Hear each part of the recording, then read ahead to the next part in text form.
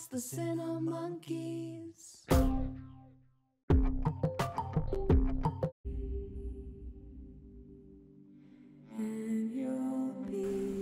Where we're going, we don't need roads.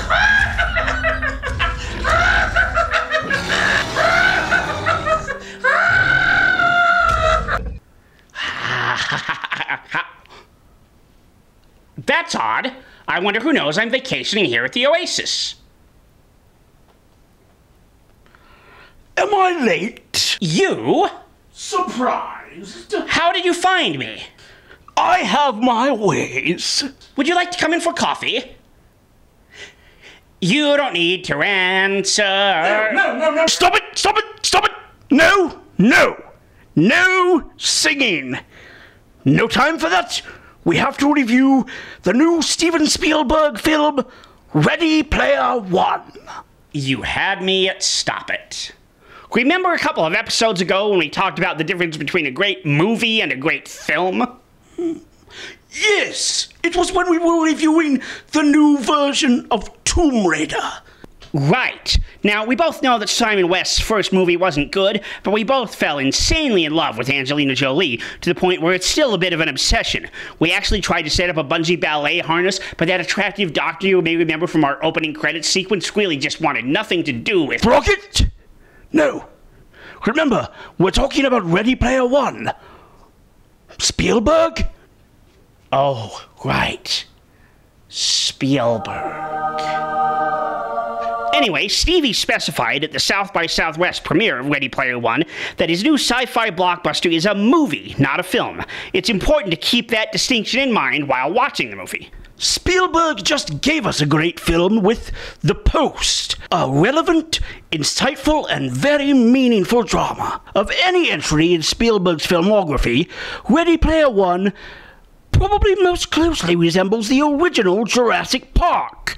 It's a piece of escapist entertainment that takes us somewhere we've never been and gives us an entirely unique experience. The criticisms that are being leveled at it are the same ones that Jurassic Park faced 25 years ago, but are rarely brought up now that the film is justifiably viewed as a classic. The characters and story are lacking in depth, and it's really more a collection of amazing set pieces than a dramatically structured story. A criticism, it must be said, could also be leveled at our favorite movie of all time, Raiders of the Lost Ark. But will not be, as I'm reasonably sure no one wants to get stabbed today. Am I right? The story takes place in the year 2045 in Columbus, Ohio, making it a dark, cynical view of the future in the sense that Ohio still exists. Our hero, Wade Watts, played by Ty Sheridan, lives in a sort of trailer park of the future called the Stacks, and like everyone else, spends all of his time in the Oasis, an incredible virtual world that's kind of a cross between Facebook, The Sims, and the merry old land of Oz. The Oasis was invented by eccentric genius James Halliday, played by Spielberg favorite Mark Rylance, as the first stoner hippie to grace the stage with the Royal Shakespeare Company. When Halliday died, he left a will that left control of the Oasis to whoever could solve a series of puzzles to find his Easter egg, and the clues relate to Halliday's pop culture obsessions, most of which come from the 1980s. Fortunately, the film isn't as dependent on nostalgia as you might expect, as the pop culture references aren't as in-your-face and laboriously drawn out as they were in Ernest Cline's book.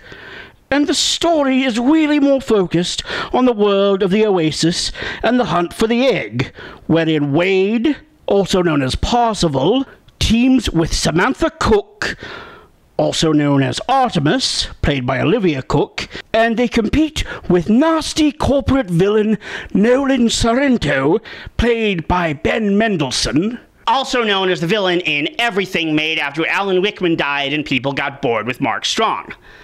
The pop culture references are still a lot of fun, although Spielberg's insistence on minimizing the references to his own work does kind of create the impression that Halliday had terrible taste, as a hugely disproportionate amount of the stuff people still love from the 80s because it was ever actually any good came from Spielberg as either a director or producer. Thankfully, Spielberg is more than happy to reference his friend and protege, Robert Zemeckis.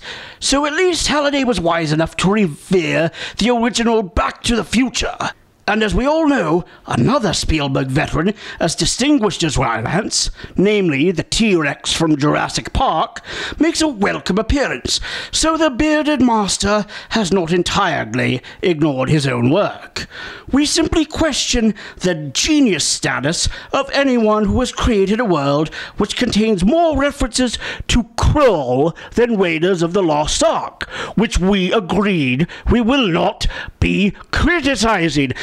Even though the movie runs a bit long at 2 hours and 20 minutes, the pace never lags, but isn't quite so relentlessly breakneck as to leave audiences feeling dizzy or overwhelmed. And there's some very welcome humor, much of it coming from T.J. Miller as IROC, a sort of cross between Boba Fett and the Simpsons comic book guy, or from Lena Waithe as a character whose name we won't mention because that technically might be considered a spoiler to people who haven't either read the book or followed the pre-release publicity, and those people can really be a pain for the rest of us, and a good name for them in the Oasis would be I Suck. Quiet, Sprocket!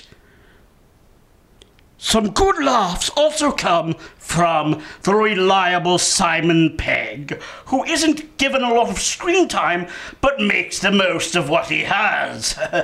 And from Rylance, who gets the chance to do something very different here from what we've come to expect from the venerable Shakespearean actor. And Sheridan and Cook make engaging and likable leads.